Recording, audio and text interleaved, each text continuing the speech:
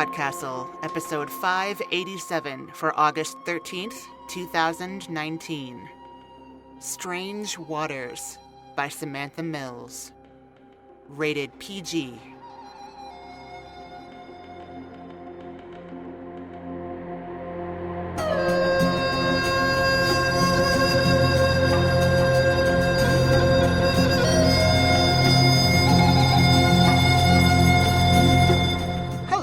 Welcome to PodCastle. I'm your host, Setsu Uzume. Today's story, Strange Waters by Samantha Mills, was previously published by Strange Horizons. The author, Samantha Mills, is a speculative fiction writer living in Southern California in a house on a hill that is hopefully not a haunted hill house. Her short fiction is out or forthcoming in Diabolical Plots, Daily Science Fiction, and Escape Pod. You can find out more at samtasticbooks.com or chat with her on Twitter at samtasticbooks. This week's narrator is our own Sheree Clark. Sheree graduated from Indiana University's Creative Writing MFA. She's been a personal trainer, an English major, and an editor, and is some combination thereof as she travels the world. When she's not writing or working, she's learning languages, doing P90-something, or reading about war and post-colonial history. Her work has also appeared or is forthcoming in Faya and Uncanny. You can follow her on Twitter at C_L_Clark. And now, check the stars for where you are. See if you can guess when you are. And enjoy the story.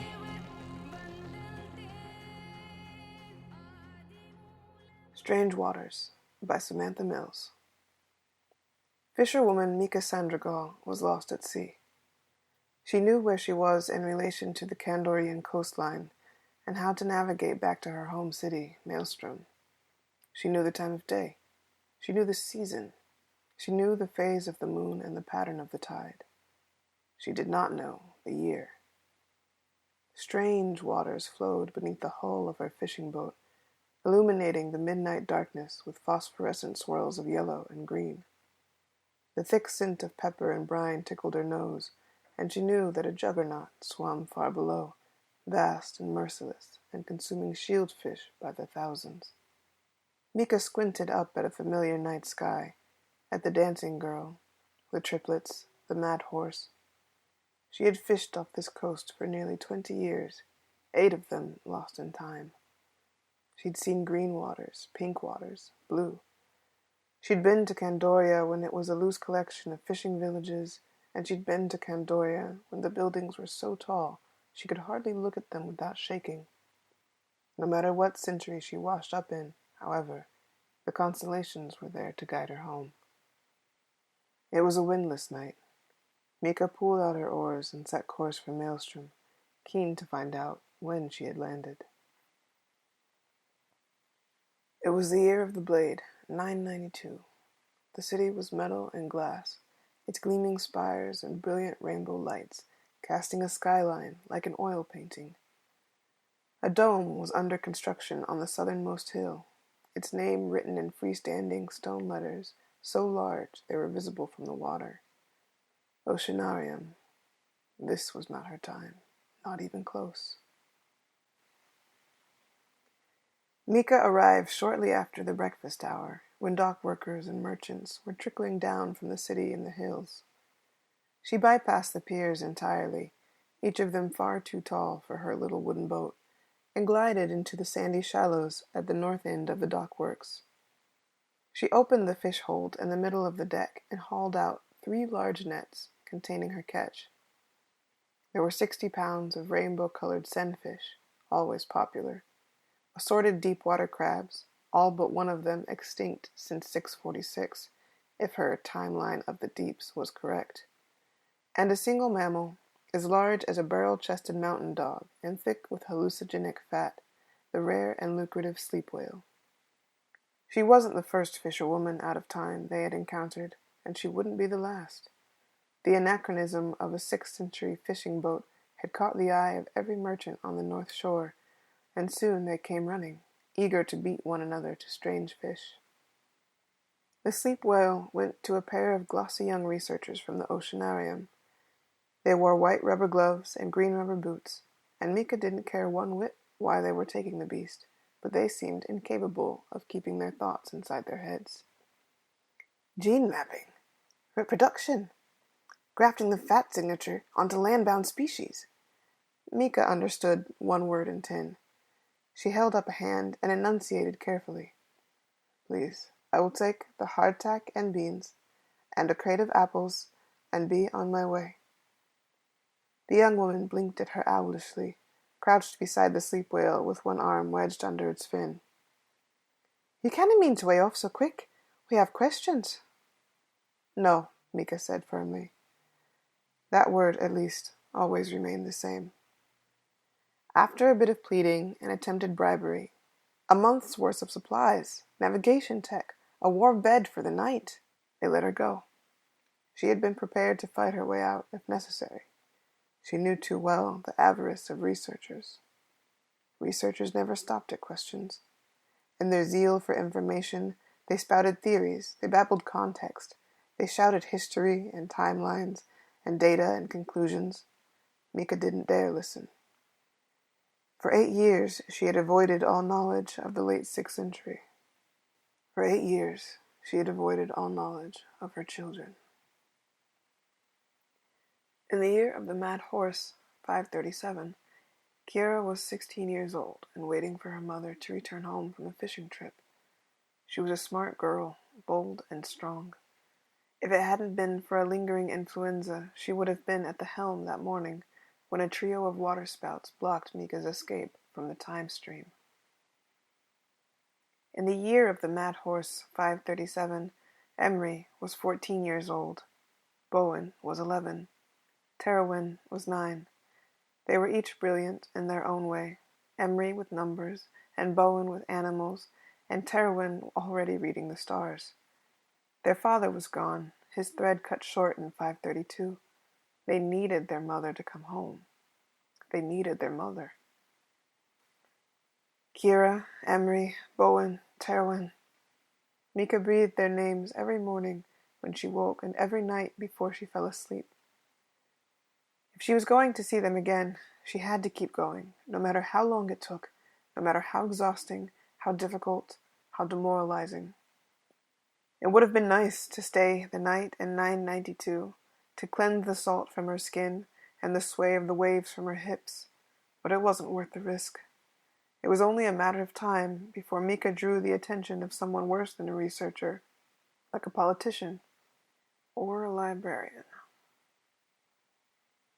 It was the year of the Sidewinder, 782.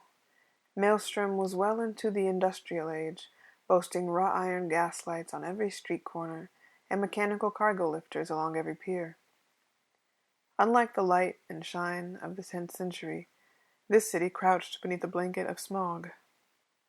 Mika saw far more of it than she'd intended, because she'd been caught.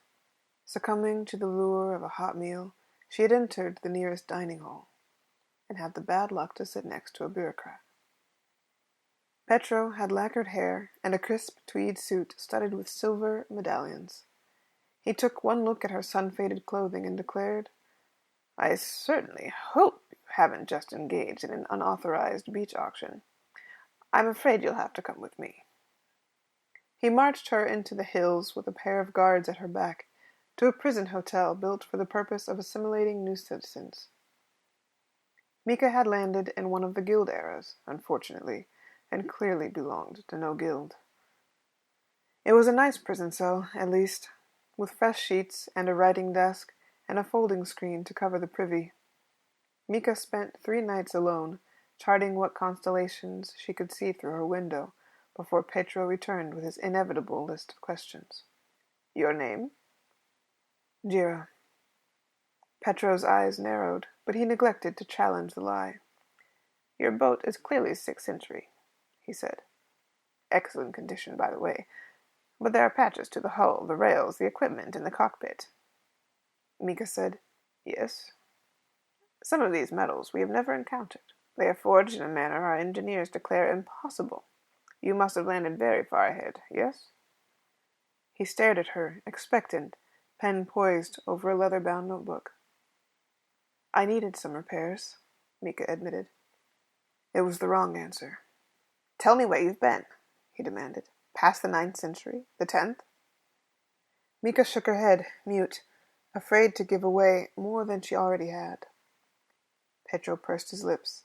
He knocked on the door 3 quick raps, and another young man wheeled in a heavy wooden cart draped with lush black velvet.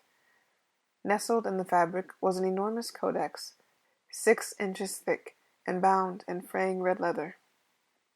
The history book. Mika cringed and turned away. You know what this is, Petro said. You know we have questions. The other young man, a librarian, no doubt high-ranked to be handling a full copy, gently opened the book past the midway point. The thick pages crackled and wafted up the scent of old paper, tickling her nose, tempting her back. She kept her eyes trained firmly on a trailing length of velvet instead. Now the questions rained down upon her, and Petro grew more flustered with every vague response. When did you conduct these repairs? What was the governing structure at the time? Did you, at any point, visit the library? I have nothing to tell you, Mika insisted. This was largely true. Mika had landed in dozens of eras, met hundreds of people, glimpsed technological wonders she barely comprehended, but she always kept her head down and absorbed as little as possible. It was better not to know. A future left unknown was, theoretically, still flexible. Mika had seen the history book once, in her own time, but she had never read it. In the mid-6th century, the book was for scholarly use only, and sections of general interest were copied out and taught in public classrooms. There were other eras in which access was even more restricted, and the book was confined to government use, whether that government was militant, religious, or, as in Petro's time, guild hierarchical. The book documented the curious, tangled history of a city that knew what was coming.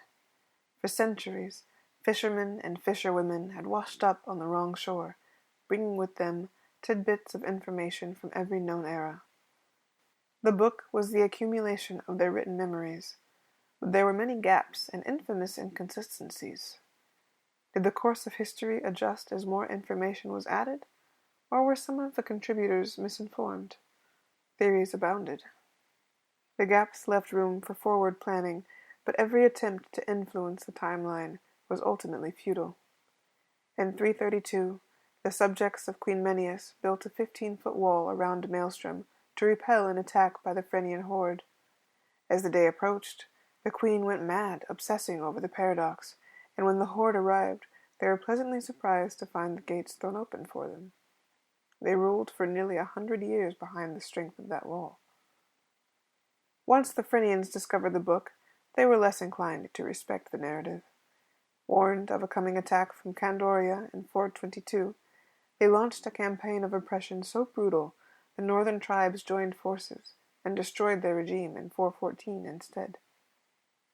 Generations destined for conflict did their best to prepare, but by the time their enemies arrived, the population usually greeted them with resignation, if not pleasure. The history of Maelstrom included an impressive number of bloodless coups. The book was only strange to first-generation immigrants, accustomed as they were to living in mystery.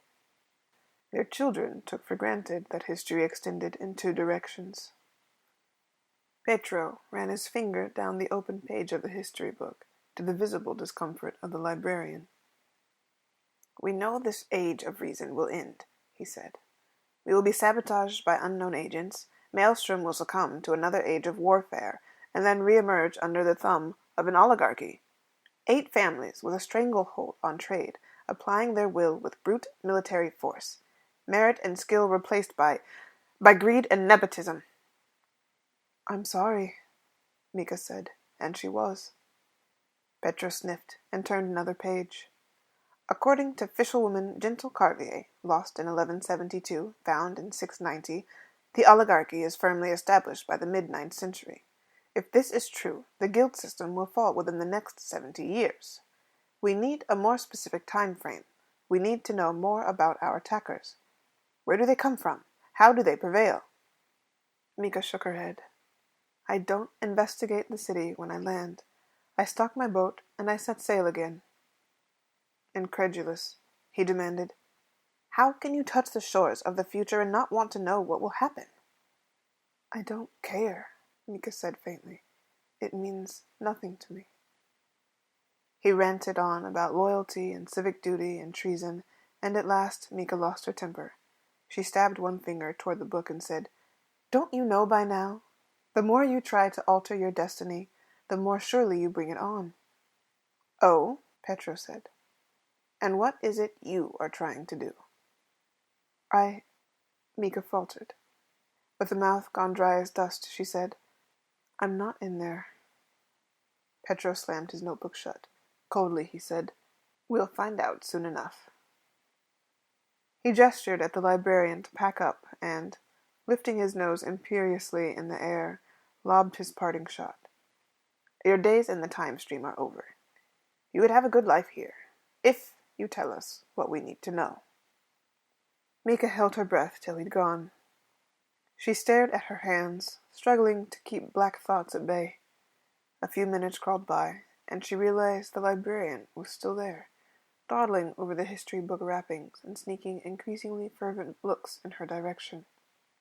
"What?" she said, resigned.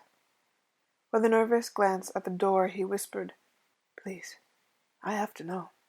Are you Mika Sandragal?" She recoiled. "No," she said, but too late. Her hesitation had betrayed her. The other librarians and we've gone over the list of missing fisherwomen," he said excitedly. "I admit the changes to your boat threw us off, but your description is quite clear. Your children—" "No!" she shouted, and his eyes widened at the force of it, at the sudden rage. The librarian leaned back, his expression wounded now. "You only had to ask," he said. "We do abide by the Archive's code of ethics, even if our bureaucrats don't." Plaintively, he added, "I didn't tell him, did I?" "That is my name," Mika admitted desperately. "But please don't tell me anything more." He grinned, and Mika's heart sank. That was it, all of her precautions for nothing. But the librarian's code prevailed. He whispered, "Sit tight. I'm going to get you out of here tonight. I'll say nothing else except, your journey doesn't end here." He was good as his word, and, by cover of darkness, she fled to the beach. The librarian smuggled her off with a bag of food, first aid supplies, and a set of letters to deliver to the archives one day. Only if she felt comfortable doing so, he hastened to add, and only if she came ashore before the year 717. It was a relief to reach her boat, a relief to feel the spray on her face, but she couldn't dislodge the stone from her gut, the weight of 1,000 questions swallowed whole every time she landed. To ask about the events of the late 6th century would be a betrayal, an admission that she might not see it for herself.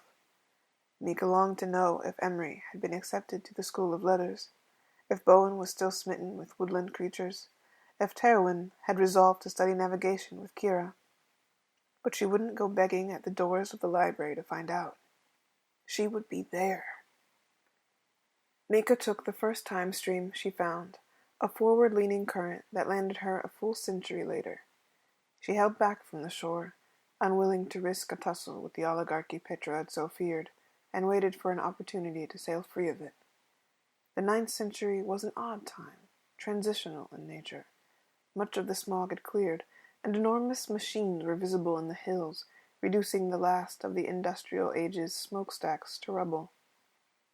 It was a busy time on the water as well, as fleets of fisherwomen and researchers and merchants took advantage of the relatively stable political situation to pursue their trades. Mika avoided them all, including a luxury boat of people she could only assume were tourists from inland, keen to experience all of Maelstrom's oddities.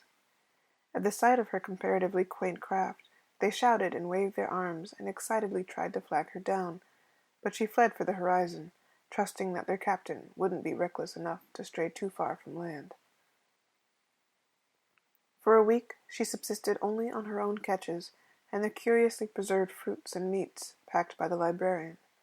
The ocean was frustratingly calm, taunting her with nothing but the unremarkable scent of seaweed, until, at last, the weather conspired to grant her a bit of temporal uncertainty.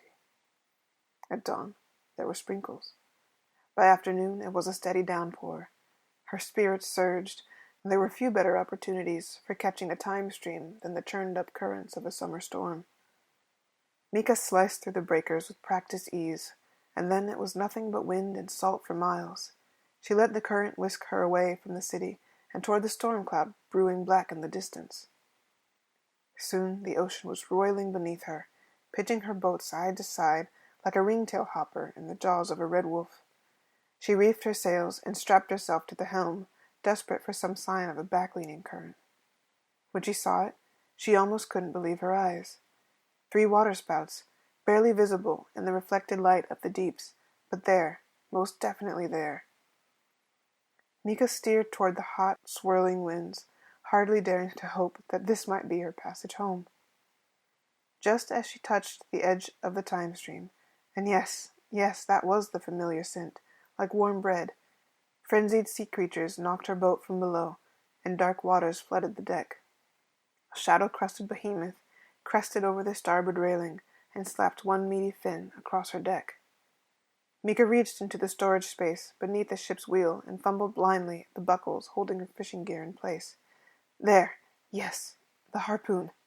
She spun to face the beast, weapon in hand, but the boat tipped, groaned, threatened to capsize under its weight, and crashed portside down into the time stream. She awoke in a warm room, heavy with sunshine and the scents of cinnamon and clover. Her face was hot, her right arm swollen, her breath ragged like there was a sack of fluid in her chest. She was the sole inhabitant of a small infirmary. A woman with a kind face sat in a wicker chair beside her bed. "What year?" Mika rasped. "The year of the Manticore, 616. The woman smiled, setting aside a dog-eared book. "We found you half-mile offshore, with a fairly impressive bite out of the side of your boat. It's been towed in, nothing our fish leaders can't repair, but they'll need a few more days. Take it as a blessing, and get some rest. Here, start with water." She handed a cup over, and Mika drank her fill. The pause gave her time to swallow her disappointment, bitter and all too familiar. "How long have I been here?" she asked. "In the infirmary? 4 days. Based on your condition, perhaps another full day at sea before we found you." Mika sighed. 8 years, 4 months, and 17 days since she left the year 537. Tears pricked her eyes. 616 was the closest she'd gotten yet, but it might as well have been 1616. In 616, her children had been dead for decades. "I'm Kendra Millivar," the woman offered. Mika shoved her ruinous thoughts aside. Cautiously, she said, "My name is Jira." It was a quick-blooming friendship. Kendall nursed her throughout the following week, determinedly battling the infection that had taken hold in Mika's lungs. She kept Mika entertained with good-natured complaints about her 3 grown children, and in return, Mika shared some of her exploits at sea. Mika's boat was not fully repaired by the time she was discharged, so Kendall offered a temporary room in her own house. "No charge for a fisherwoman," she said. "There's a city fund to cover your essentials." 1 week turned into 2, and 2 turned into a month. Mika's boat was ready by the 3rd week, but a bone-deep weariness invaded her body in the wake of her illness. 8 years of hard sailing had left its mark, and Kendall convinced her that a good rest now would serve her better in the long run. It was far too easy to settle in. It was far too easy to let herself be surrounded by Kendall's family, Kendall's home, Kendall's happiness. The woman glided seamlessly back and forth between nursing and homemaking, and Mika saw what life could have been like if she hadn't been so irrevocably drawn to the sea. After one particularly long, warm evening of laughter and drink, Mika confessed her real name. After so many years of lonely caution, it was like a rock had cracked through the hull of her chest, and the entire story poured out. Her home, her hope, her children, her fear. And Kendall didn't run off to the archives, or tell her it was futile, or ask for anything more than what was offered. She took Mika's hands and said, "Tell me what you need." Kendall wanted her to stay, though she didn't say so aloud. She didn't have to. Mika knew she could live comfortably in this century. Fisherwomen were well regarded. Their livelihoods were supported, but their actions were autonomous.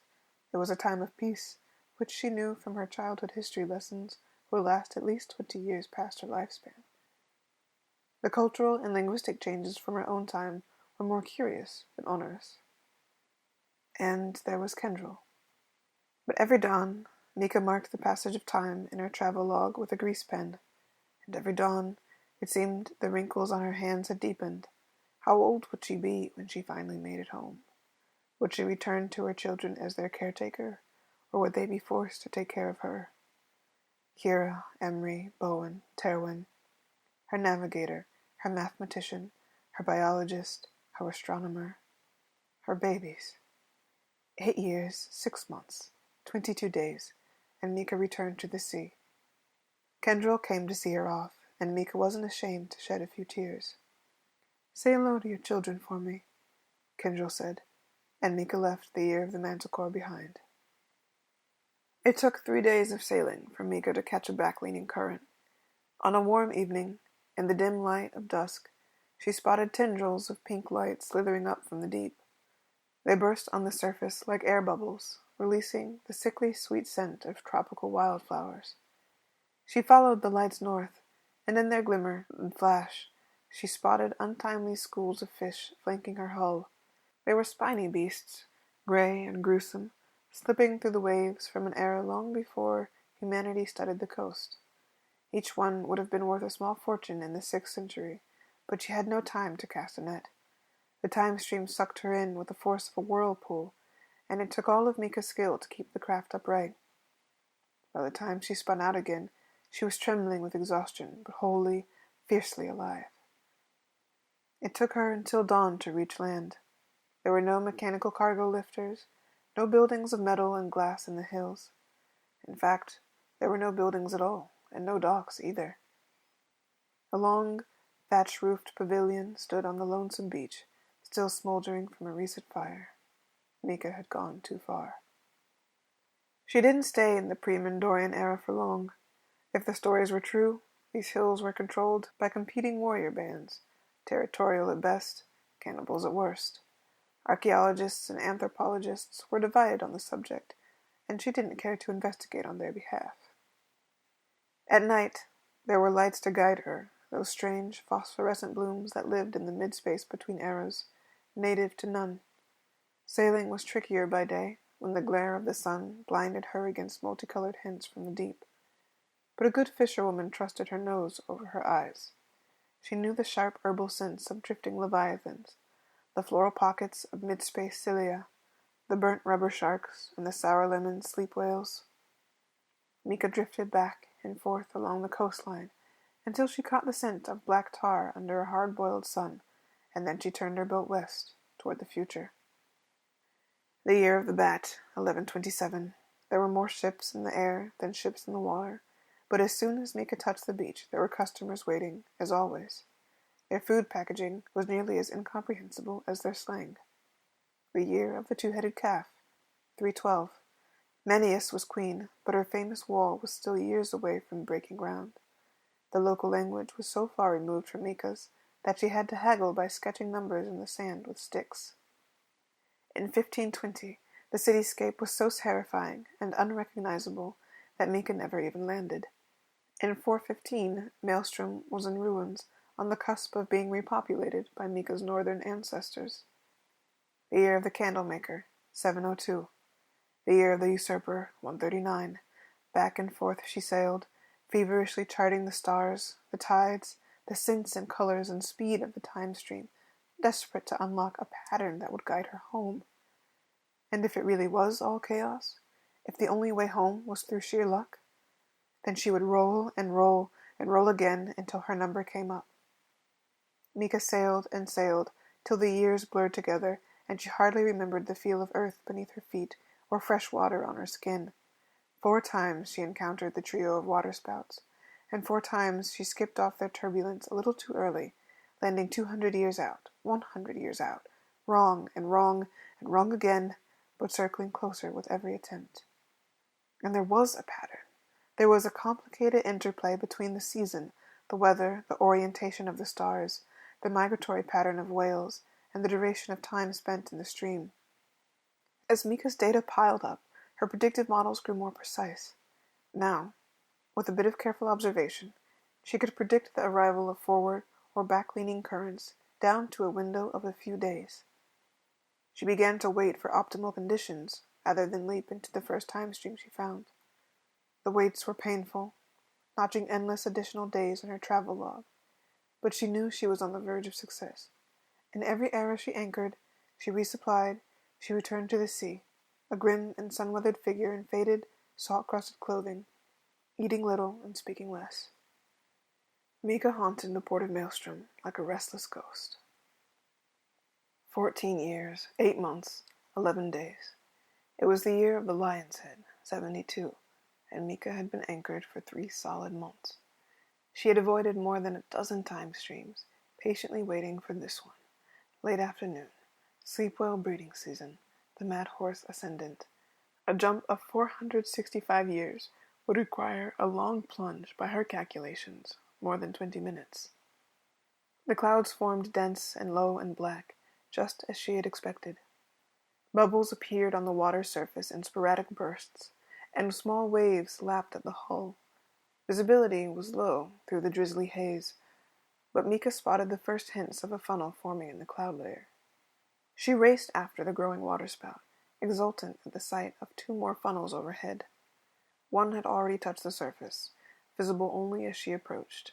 And yes, the water was dotted with neon-green cantamimes, carnivorous algae transplanted there in the 5th century, a menace by the 6th.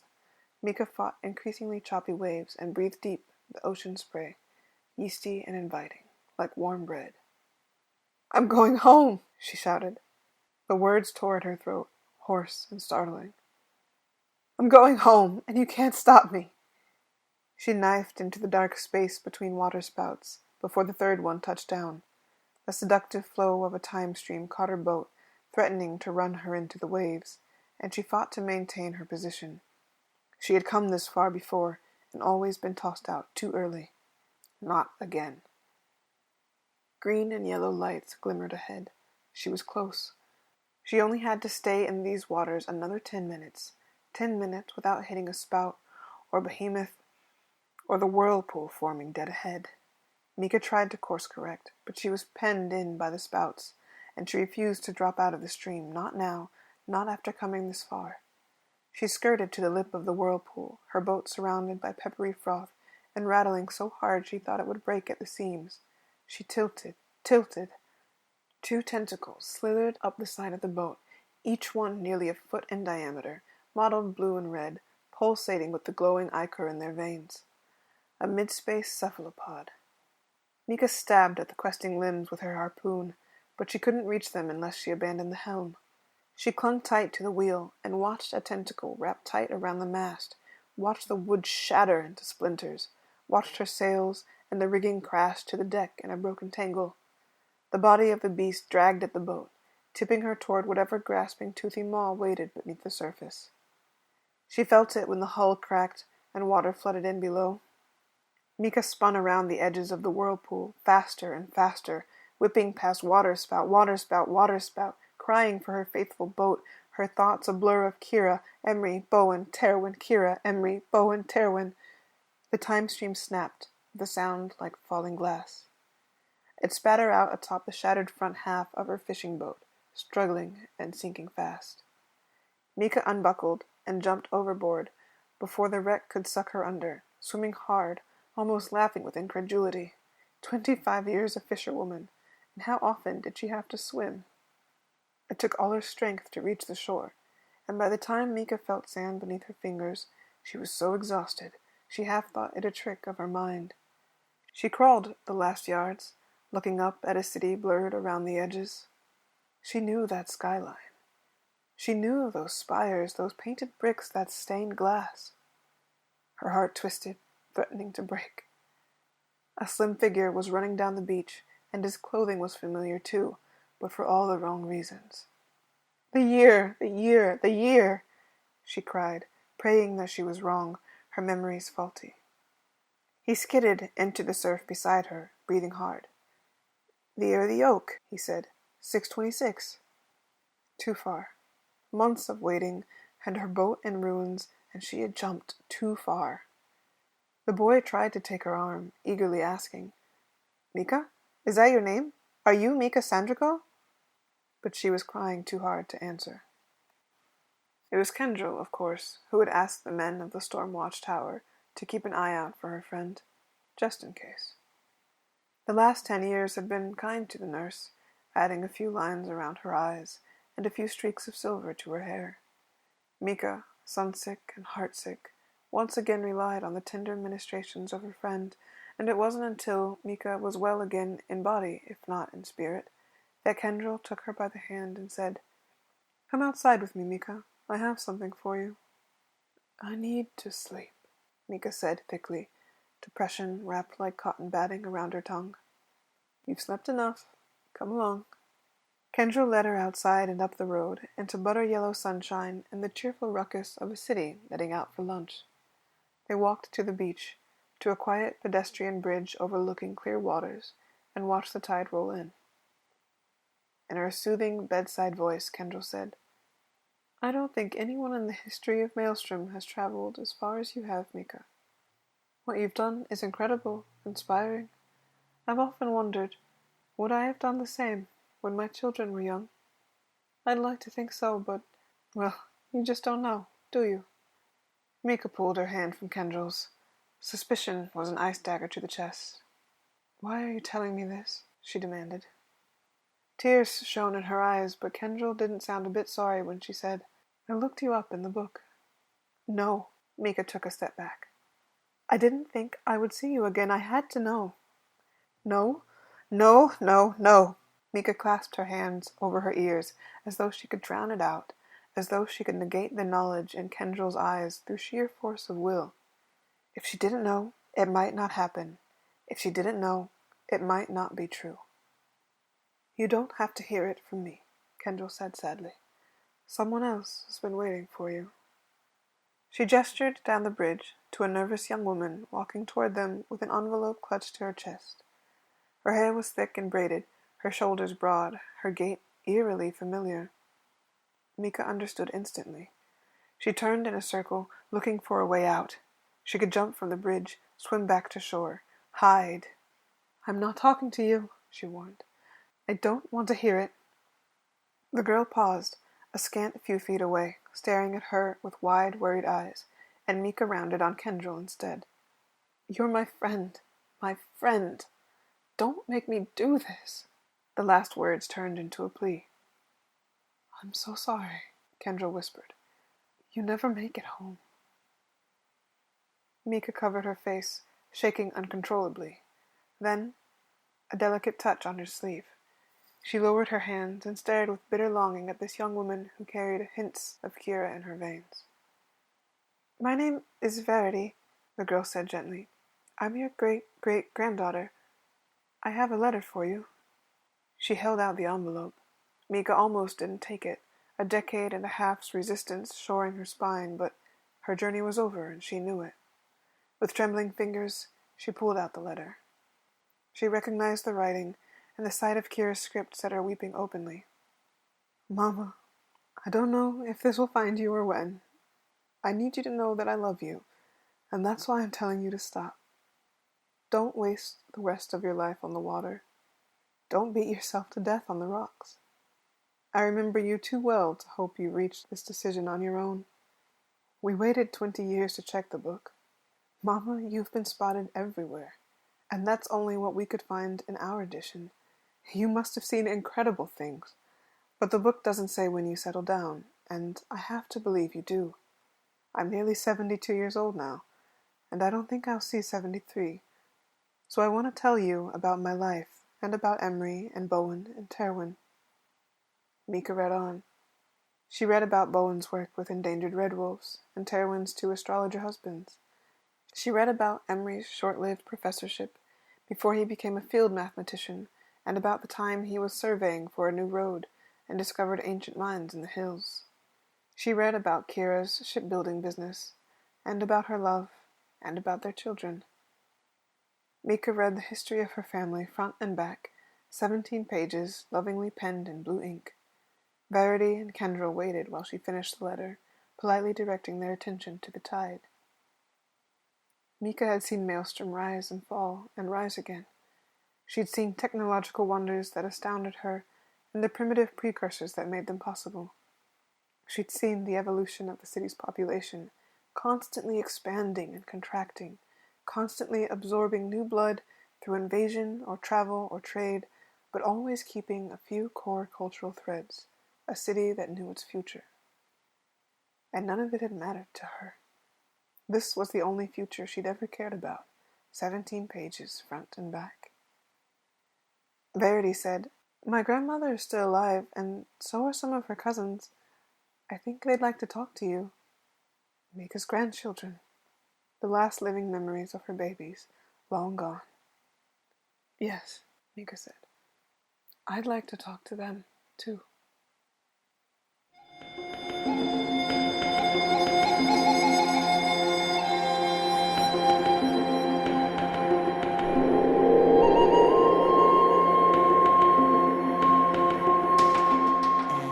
And welcome back. The author had this to say about the story. I wrote this story during the first sleep-deprived months after my second child was born. I'd had a note jotted in my idea file for years, kid in a time-traveling boat, but it didn't come together until I realized it was really about a mother, and she didn't actually want to be traveling. I'll let you in on a secret. I'm not the mother in question. My mother is. She would have gone to the ends of the earth for us, and this story was my way of working through the question, she would do it, but could I? Am I strong enough? Brave enough? Will I ever be any good at this? I don't know if I've answered that yet, but I do know that the story made her cry, so take that, Mom. Thank you for that, Samantha. And that was our show for this week. On behalf of everyone here at PodCastle, our audio engineer Peter Baravesh, our forum moderator Osicat, your co-editors Jen Albert and Sheree Clark, along with all of our fantastic first readers, Crystal Claxton, Matt Dovey, Aidan Doyle, Ebony Dunbar, Amalia Harrington, Kai Hudson, Ekpeki Ogenichowe, Devin Martin, Catherine McMahon, Ace Ratcliffe, Julian Jarboe, Craig Jackson, Julia Patt, Hamilton Perez, and Eleanor Wood. Thanks for letting us share another story with you. PodCastle is part of Escape Artists Incorporated and is distributed under the Creative Commons Attribution, Non-Commercial, No Derivatives 4.0 International License. Feel free to share it, but don't sell it or change it. If you like what you heard, head over to patreon.com/EAPodcasts and subscribe. Our theme music is by Shiva in Exile and is used with permission. We'll be back next week with another tale. See you then.